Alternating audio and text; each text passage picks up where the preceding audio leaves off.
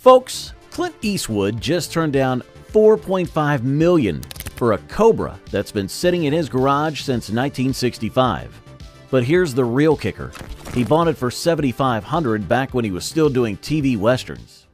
Number 5. 1970 Ford Mustang Boss 429. Folks, this isn't just any Boss 429. This is the prototype that Ford used for all their promotional photography. One of the first 10 built, and the only one painted in a special mix of grabber blue that never made it to production. The story behind this car is pure Hollywood. That 429 cubic inch V8 is NASCAR technology in street clothes. Officially rated at 375 horsepower, but this prototype dynoed at 465. Ford had to detune the production versions for insurance reasons. The engine bay is so stuffed with that massive V8 that they had to relocate the battery to the trunk and modify the shock towers. Each engine was hand-built by the same guys who built Ford's NASCAR engines. Clint got this car directly from Ford in 1969. He was filming Kelly's Heroes at the time, and Ford's PR department thought having Dirty Harry drive their meanest Mustang would be good publicity. During restoration, they found the original Ford promotional department tags still zip-tied to the steering column, along with the photographer's light meter settings written in grease pencil under the hood. The restoration was done by the same team that built these cars at CarCraft back in '69. They even found the original paint mixer, who remembered this specific car because the special blue color was such a headache to get right. Every nut and bolt is date-coded correct for August 1969 production. Number 4. 1957 Mercedes-Benz 300 SL Roadster. Here's something special. One of only 29 aluminum-bodied 300 SL Roadsters ever built. But this one's got an even better story. It was originally ordered by Clark Gable, who backed out of the deal when he found out the delivery time was 18 months. Their loss was Clint's gain about 20 years later. The 3.0-liter straight-six is pure German engineering at its finest. Fuel injection when most cars still had carburetors. Aluminum block when everyone else was using iron.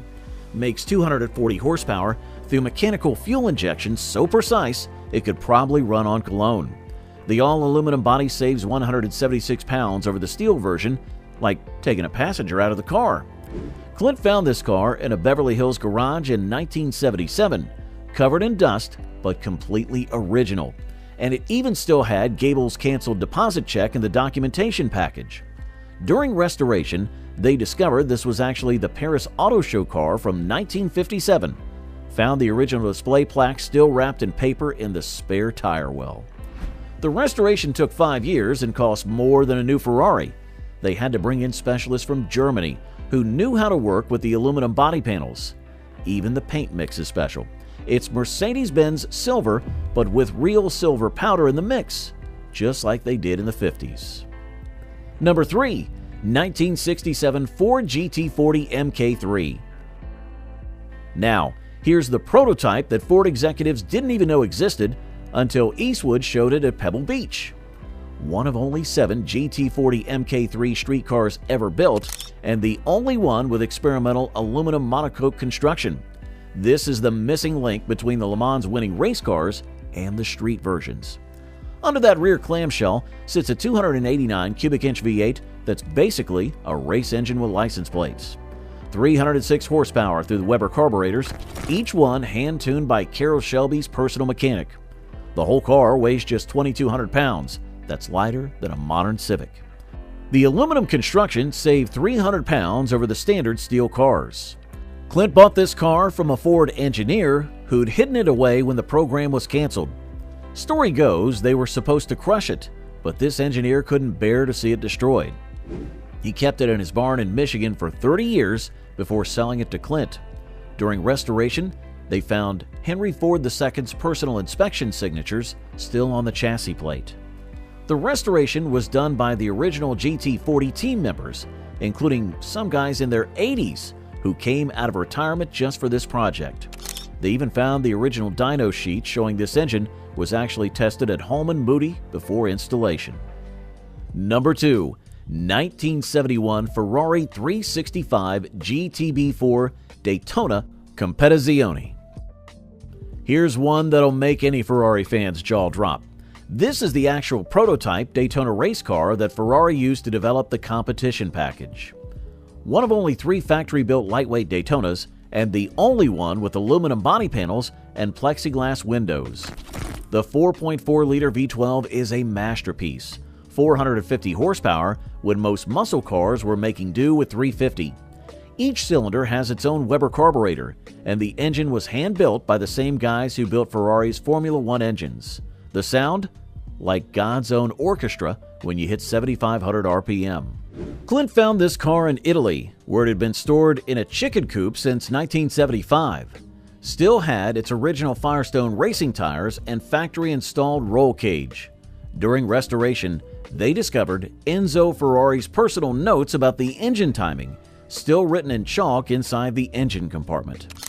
The restoration took 3 years and cost more than most houses. Every single part had to be verified by Ferrari Classiche. They even found one of the original test drivers, now in his 80s, who remembered this specific car because it was the fastest Daytona ever built. At number 1, the 1968 Ford Mustang GT 390 Bullet.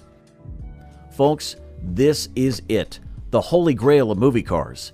This isn't just any Mustang, this is the Bullet Mustang that Steve McQueen drove in that legendary San Francisco chase scene. For years, everybody thought this car was lost to history. Turns out, it was sitting in a Kentucky barn since 1974. Under that Highland green hood sits the original 390 cubic inch V8, making 325 horsepower, though this one's got some special modifications. The engine was blueprinted by Max Balchowski, the same guy who built the old Yeller race cars. During filming, they actually had to detune it because it was too fast for the camera cars to keep up. The story of how Clint got this car is pure Hollywood. He actually helped McQueen modify it for filming back in '68, and Steve promised him first dibs if he ever sold it. Well, McQueen never sold it. It disappeared after filming. Clint spent 40 years tracking it down, finally finding it in 2018. The previous owner's father had bought it through a Warner Brothers classified ad in 1974 for $6,000. During restoration, they found all kinds of movie history. The camera mounts were still welded to the frame, and McQueen's cigarette burns are still on the seat. They even found the original shooting script with Steve's handwritten notes about the chase scene stuffed under the back seat. Clint kept everything exactly as it was, even the dents from the famous chase scene. Well, folks, there you have it, the 10 rarest cars in Clint Eastwood's incredible collection. From American muscle to Italian exotics, each one tells a story of automotive history and Hollywood legend. Total value, north of $45 million. But as Clint says, some things are worth more than just money. You know what makes these cars really special? They're not just museum pieces. Eastwood drives every single one of them. Says there's nothing sadder than a car that never sees the road. Even takes that Bullet Mustang out on foggy San Francisco mornings and says it helps him remember his friend Steve. Remember what Clint says about collecting cars: a man's got to know his limitations. But sometimes you've got to ignore them to get the car you really want. This is Vintage Vehicles, reminding you that sometimes the best stories in automotive history are written by the guys who make movie history too. We'll see you next time, folks, and don't forget to hit that subscribe button if you want to keep seeing America's greatest automotive treasures.